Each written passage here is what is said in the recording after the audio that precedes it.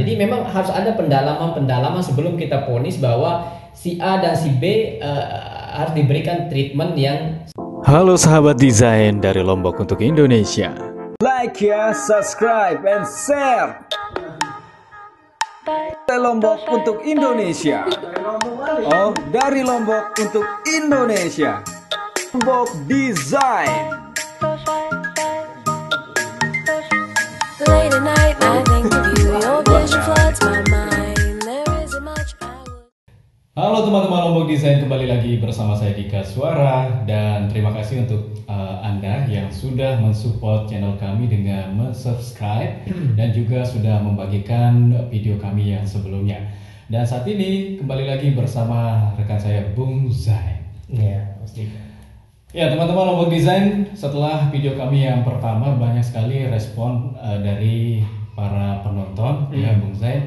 Di antaranya ada isu yang beredar ya, atau anggapan atau kebingungan di sini tentang bimbingan konseling ini. Apakah bimbingan konseling ini ada kekhususannya hanya untuk pendidikan saja atau seperti apa? Ya baik, sebelum kita membahas tentang ini, Mas Dika dan teman-teman semua, jadi perlu kita tahu isu itu apa sebenarnya kan, supaya teman-teman tidak bertanya kan. Isu ini merupakan suatu pandangan yang tentunya tidak didasarkan pada ilmu pengetahuan atau teori. Nah, sehingga orang-orang yang memunculkan isu ini tentu itu adalah pandangan subjektif. Artinya pandangan yang bersumber dari dirinya. Tafsir sendiri. Iya, jadi belum tentu ini benar ataupun ini salah, begitu ya. Nah, jadi ini masih pandangan yang sifatnya menduga-duga. Baik, yang pertama tadi seperti yang dikatakan oleh Mas Dika, apakah BK ini sama saja ataupun mungkin terpisah dari pendidikan, begitu ya? Baik, jadi kalau kita berbicara tentang pendidikan, tentu segala sesuatu yang sifatnya edukasi itu adalah pendidikan, termasuk juga bimbingan dan konseling. Jadi apakah kalau itu sifatnya pendidikan, BK juga termasuk pendidikan? Iya benar. Jadi bimbingan dan konseling ini juga termasuk di dalam ranah pendidikan. Ya, tapi kenapa kadang-kadang ada anggapan bahwa bimbingan ini sepertinya bukan pendidikan karena ini tidak masuk di dalam kelas. Contohnya kan ada di beberapa kurikulum sebelumnya itu BK tidak berada di dalam kelas. Artinya ada momen-momen tertentu, Ruang-ruang tertentu juga. momen-momen tertentu maupun kondisi tertentu sehingga BK ini dilibatkan. Tapi ternyata sekarang tidak. Jadi BK itu memang merupakan kurikulum atau salah satu kurikulum di dalam pendidikan yang harus dijalankan. Jadi Berarti sudah ada ini ya standar untuk pendidikan juga. Iya betul. Jadi memang BK adalah lembaga atau mata pelajaran yang berada di bawah kurikulum pendidikan. Seperti yang kita ketahui nih Bung Zain ya. Iya, Kalau dulu nih ya waktu masih sekolah di SMA ya. Iya.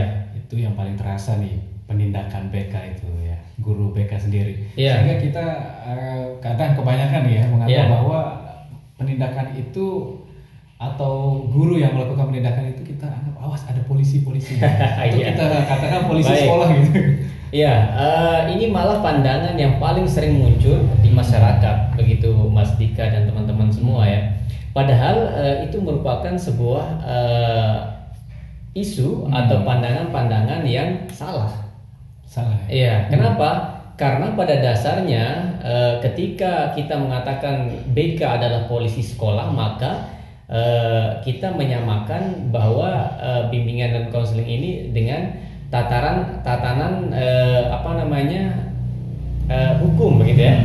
Nah, sedangkan bimbingan dan konseling ini memang di dalam bimbingan dan konseling ini tidak ada istilah hukum. Iya. Tidak ada istilah Tapi hukum. ada penindakan di situ ya. Penindakan artinya bukan menjadi kewajiban utama dari BK. Yang menjadi kewajiban dari bimbingan dan konseling adalah bimbingan dan konseling. Yeah. Artinya penindakan ini dilakukan oleh pihak sekolah. Oh gitu. Aturan sekolah, ya. Jadi bukan aturan bimbingan dan konseling, tidak. Artinya sanksinya tidak terikat oleh hukum tadi ya. Iya, tidak ada. Kalau kita menyebut polisi kan artinya ada hukum. Ada pasal. hukum ya, ada rule begitu ya, ada hukuman-hukuman yang harus diberikan kepada pelaku begitu. Tapi di dalam dunia bimbingan dan konseling itu tidak terjadi. Jadi sangat kita menjaga lembaga atau menjaga profesi bimbingan dan konseling untuk tidak diidentikan dengan hukuman-hukuman, tapi lebih kepada pembinaan, kemudian bimbingan. Nah, sehingga pada dasarnya dalam pelaksanaan di sekolah, bimbingan dan konseling ini harus friendly atau harus bisa menjadikan siswa itu menjadi relasi atau rekanan.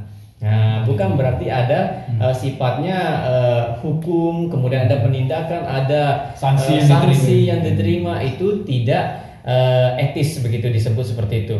Ya, kalaupun ada punishment, itu sifatnya adalah pembelajaran.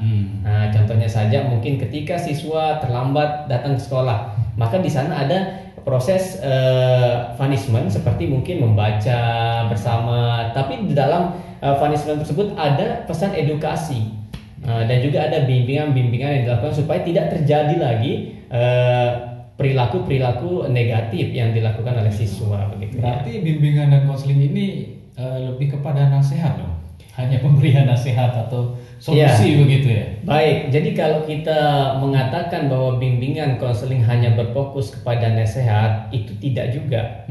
Ya.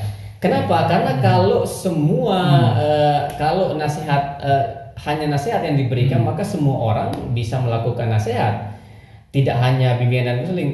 Nah, tapi ternyata di dalam bimbingan konseling itu lebih kepada penggalian motivasi, kemudian ada interaksi di sana. Nasihat dengan interaksi itu berbeda. Ketika nasihat, maka satu arah, hanya dari guru ke siswa, itu nasihat. Nah, tapi interaksi itu tentu ada dua pihak yang terlibat. Siswa pun boleh memberikan pendapatnya, kemudian guru BK atau konselor bisa memberikan pilihan-pilihan begitu. Jadi ada interaksi di sana, bukan nasihat. Artinya dalam kalau kita kembali lagi nih ya, masa saya sekolah lagi nih ya, saya mengambil contoh ke situ karena contoh real gitu ya. Jadi BK itu identik dengan ada guru, kemudian penindakannya itu di ruangan khusus begitu ya. Dan ternyata tadi bukan hanya bimbingan dan konseling itu bukan hanya nasihat, berarti ada banyak kegiatan di sana, interaksi. Iya, betul.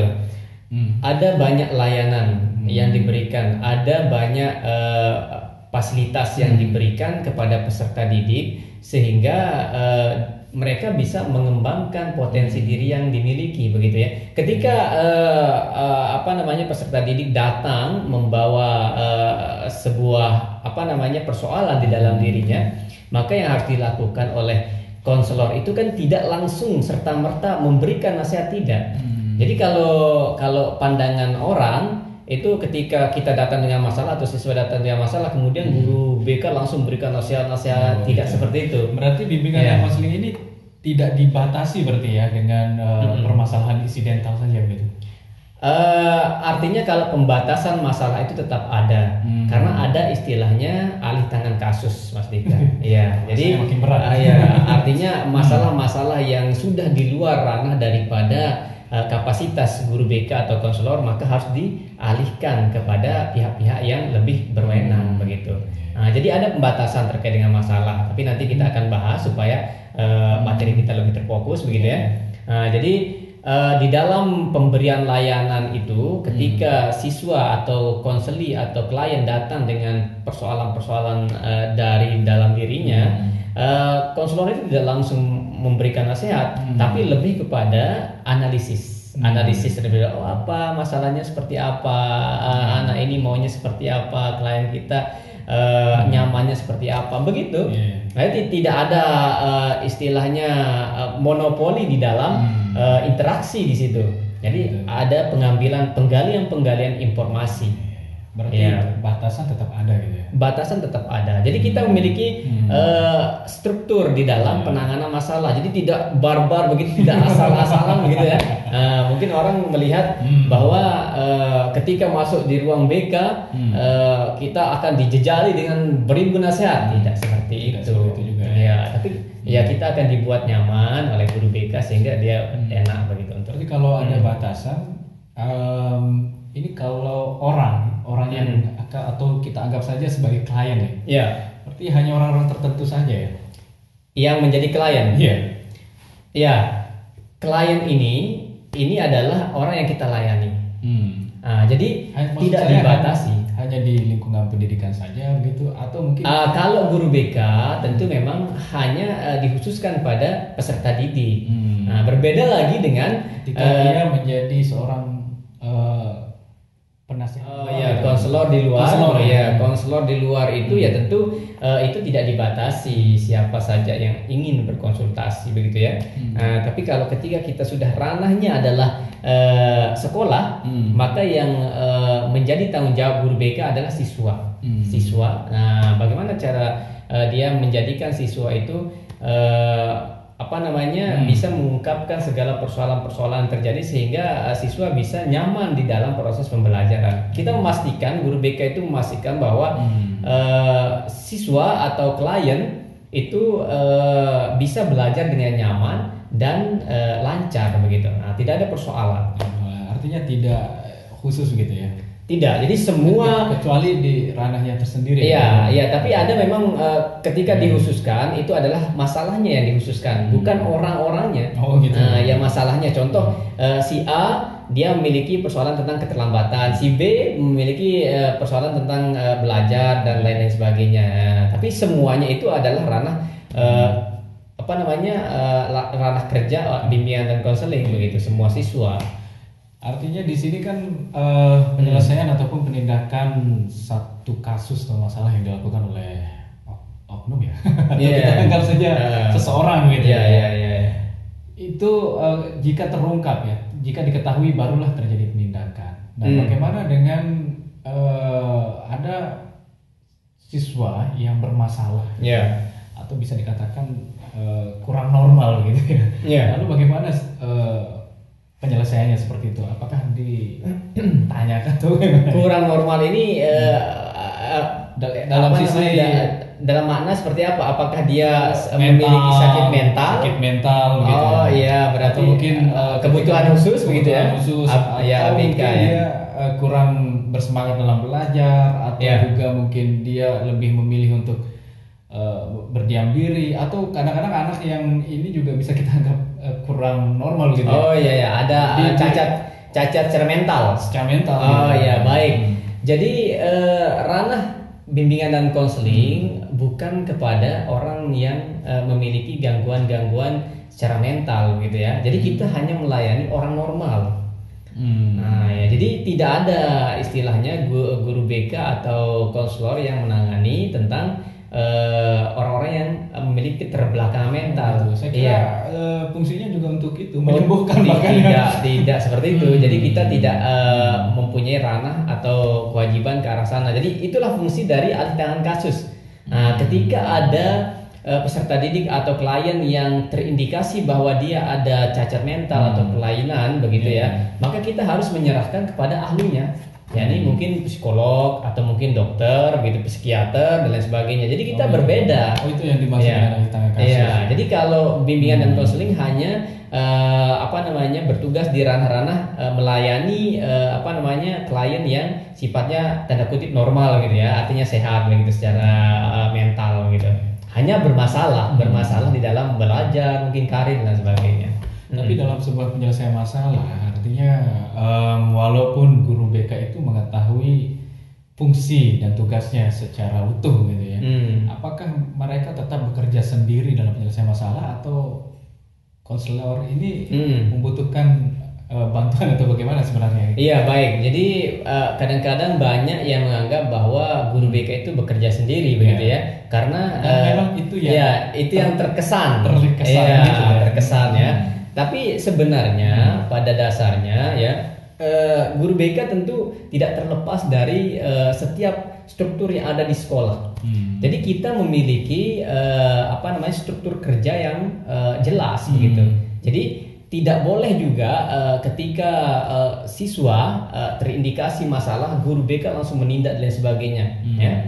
Orang paling dekat dengan siswa di sekolah itu tentu wali kelas pertama, atau mungkin teman terlebih dahulu begitu ya. Nah, artinya teman melapor kepada wali kelas. Nah, wali kelas sebelum ke wali kelas ada guru mata pelajaran begitu ya. Iya. Nah, kemudian ada wali kelas.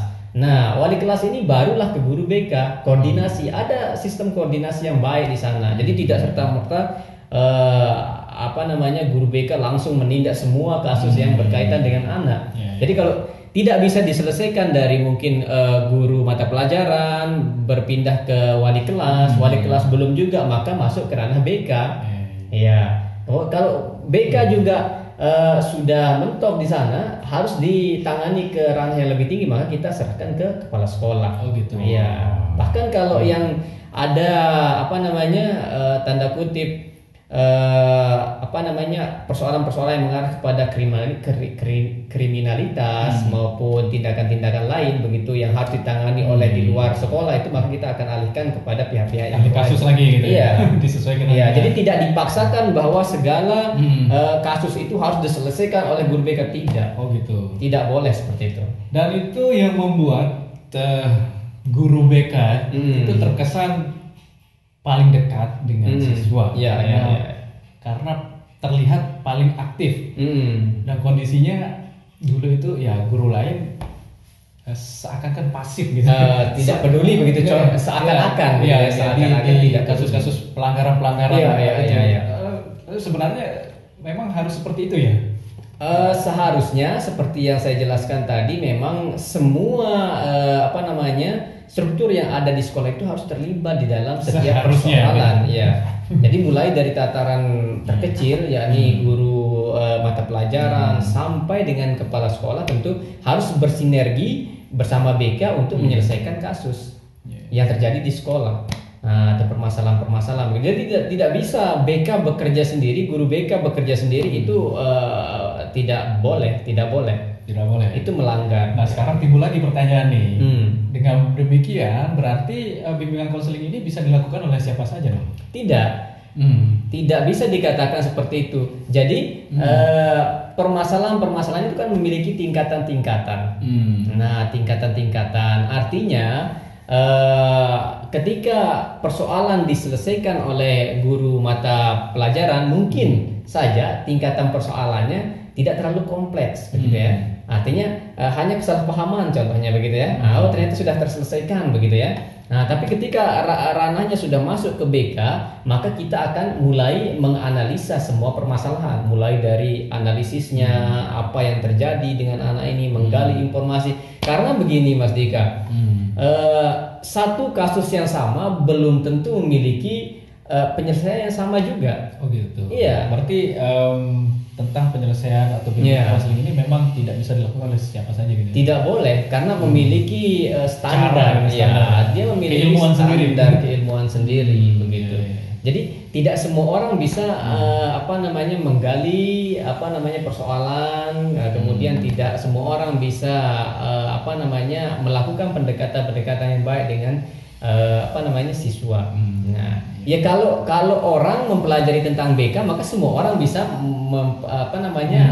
menyelesaikan persoalan dengan cara BK. Tapi ketika dia tidak belajar tentang BK, maka tentu penyelesaian masalahnya menurut versi mereka, bukan versi BK gitu ya. Nah, kalau kita lihat ketika terjadi interaksi di ruang BK itu ya, di guru bimbingan konseling itu kan membawa masalah ya. Itu yang kita sering lihat lah, kesan yang kita saksikan gitu. Iya. Nah, lalu ketika seorang guru atau seorang konselor ini menyelesaikan masalah itu, apakah dia hanya mengangkat isu atau mengangkat masalah dari keluhan pertama saja, atau seperti apa sebenarnya? Baik. Jadi seperti yang saya katakan tadi, satu orang memiliki masalah belajar, kemudian datang lagi satu orang memiliki masalah yang sama, belajar. Nah, apakah nanti penyelesaiannya akan menjadi sama? Nah, berbeda. Kenapa? Karena masalah itu hanya adalah perilaku yang muncul. Kita tidak tahu apakah masalah belajar ini disebabkan oleh apa. Apakah masalah belajar si A dengan masalah belajar si B disebabkan oleh faktor yang sama. Nah, inilah pentingnya analisis. Nah, ya, ada analisis, kemudian diagnosis. Diagnosis itu adalah mendeteksi apa saja persoalan-persoalan yang terjadi di bawah daripada masalah yang terlihat, begitu kan? Nah, jadi memang harus ada pendalaman sebelum kita vonis bahwa si A dan si B harus diberikan treatment yang seperti apa, begitu. Treatment gitu ya. Iya. Artinya ada dua manusia yang berbeda, pasti gaya hidupnya berbeda juga ya. Betul. Nah, itu yang dimaksudkan di sana. Jadi dua orang dengan masalah yang sama belum tentu akan diselesaikan dengan cara yang sama. Artinya di sini ada penyelesaian secara psikologis yang dilakukan. Betul. Jadi ada penggalian-penggalian. Berarti BK ini bisa dikatakan dokter atau psikiater dong ya? Nah, ini harus kita bedakan, ya. BK ini memang masih di ranah ilmu kejiwaan juga, artinya tapi tidak sedalam atau tidak seahli daripada psikiater, ataupun dokter, begitu ya. Kita hanya mempelajari tentang ilmu-ilmu dasar saja, begitu ya, kondisi-kondisi dasar. Jadi untuk masalah-masalah kompleks yang lebih urgent atau yang lebih dalam terkait dengan ilmu kejiwaan itu tentu kita tidak memahami itu juga, begitu ya. Harus ada tambahan-tambahan ilmu, begitu. Jadi kita fokus kepada pembimbingan, kemudian penggalian penggalian potensi, kemudian pengembangan, dan juga fasilitasi untuk melakukan penyelesaian terhadap persoalan-persoalan yang dihadapi oleh siswa. Berarti ya. beda ya? Iya, jelas berbeda, jelas berbeda. Nah, kemudian masalah ini kan ada yang sifatnya semua orang tahu gitu. Iya. Ada yang juga sifatnya rahasia. Tapi dalam penyelesaian kasus itu biasanya membutuhkan orang-orang butuh masalah itu harus cepat selesai. Iya. Apakah boleh segera dilihat tuh hasil konseling oleh banyak orang atau? Baik. Jadi ini juga menjadi salah satu pandangan yang begitu berat terhadap profesi bimbingan dan konseling ya. Banyak orang yang beranggapan bahwa ketika kita masuk BK maka masalah selesai. Jadi tidak seperti itu. Ya, bahkan di dalam salah satu buku Samuel T. Glading namanya, Mas Dika, itu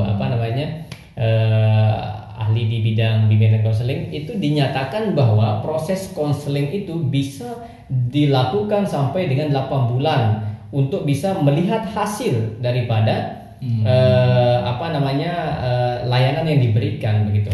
Berarti bukan berarti begitu ia masuk. Nah, hasil konseling itu bisa langsung dilihat. Tidak bisa divonis seperti itu. Gitu ya? Jadi ada berbagai macam tahapan-tahapan atau sesi-sesi konseling yang harus dilalui.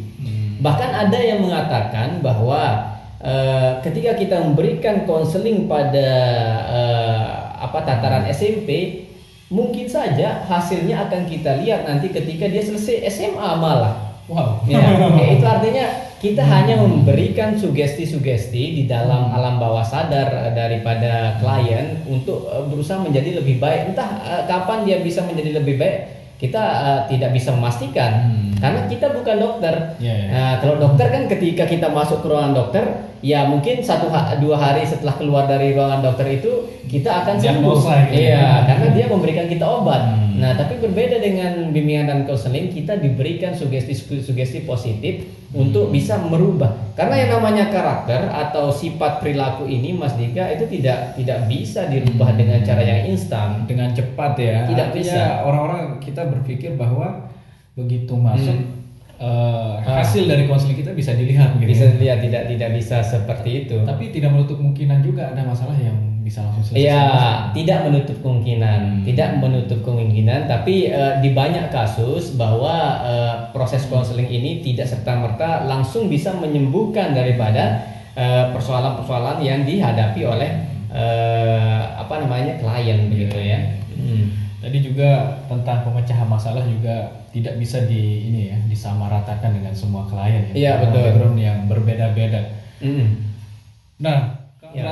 tapi kalau seperti apa sih situasi seorang konselor lah gitu ya, dalam melakukan penyelesaian masalah itu? Apakah ada instrumen khusus yang digunakan dan tidak boleh keluar dari instrumen itu seperti apa sih rumusannya lah gitu ya? Iya, kalau kita berbicara tentang instrumen, memang kita memiliki instrumen. Nah, seperti namanya alat tes, kemudian ada DCM dan lain sebagainya ya, untuk mendeteksi atau mencari tahu apa persoalan.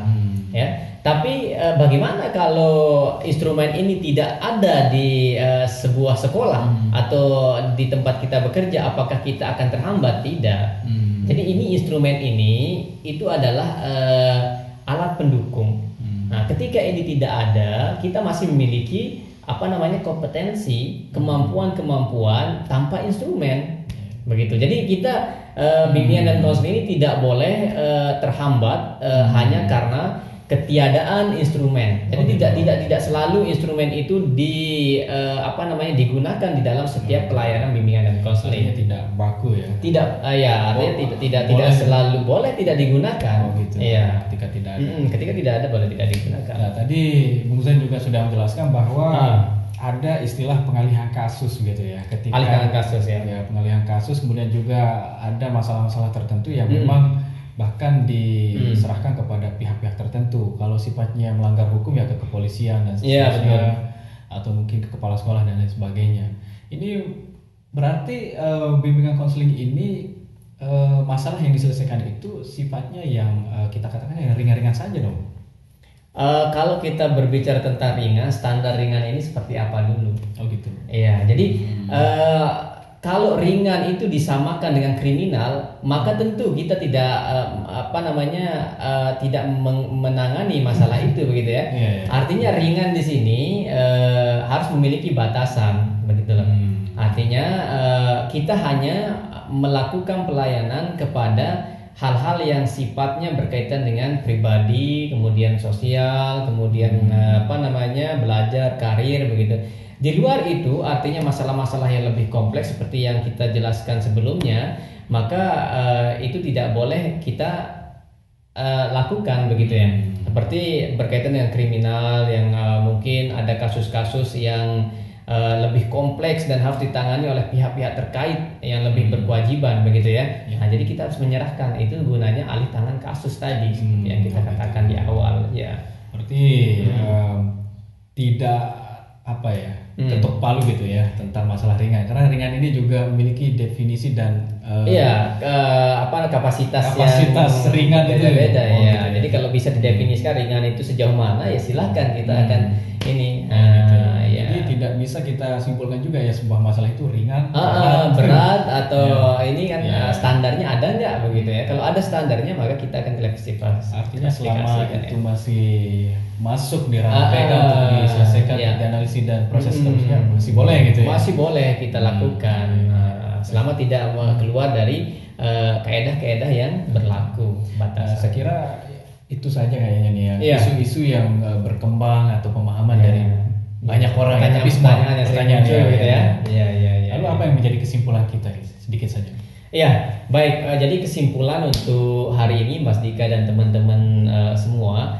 Jadi kita tidak boleh memandang atau memberikan asumsi-asumsi pribadi kita terhadap hal-hal yang belum kita tahu secara teori begitu ya. Kadang-kadang kita hanya melihat sebuah kasus dari perilaku sebagian atau segelintir orang begitu ya. Nah, tapi apakah benar perilaku orang ini menjadi identitas dari sesuatu yang lebih besar lagi begitu ya? Artinya sekarang begini, saya contohkan, ketika satu orang anak begitu di sekolah, dia melakukan bolos atau terlambat begitu, apakah kita harus mengecap bahwa satu sekolah itu adalah pembolos? Nah, tidak boleh seperti itu kan? Nah, jadi kesan-kesan negatif yang berkembang atau yang kita lihat perlu kita klarifikasi. Sebelum kita jadikan sebagai sebuah isu yang dapat mengancam dari sebuah profesi. Dengan seperti itu maka kita tidak selalu memberikan pandangan-pandangan negatif kepada segala hal yang kita lihat begitu ya, tapi selalu memiliki pandangan-pandangan positif dan akan membangun bagi generasi selanjutnya. Baiklah, itu dia kesimpulan tentang isu-isu yang berkembang tentang bisa dikatakan semua profesi ini berlaku. Iya, iya, Ada iya. satu apa ya, bisa istilah, jangan lihat durian dari kulitnya saja, Kulitnya. karena durinya saja itu Anda sentuh itu sangat tajam dan menyakitkan. Tapi coba Anda belah dulu, di situ Anda akan menemukan aroma yang begitu nikmat dan isinya yang lembut. Tapi walaupun begitu, belum tentu semua orang yang suka ya. Betul, betul. Jangan lupa subscribe Lombok Design. Semoga kita bisa hadir lagi dengan bahasan-bahasan yang lebih seru. Like ya, subscribe, and share. Dari Lombok untuk Indonesia. Oh, dari Lombok untuk Indonesia. Lombok Design.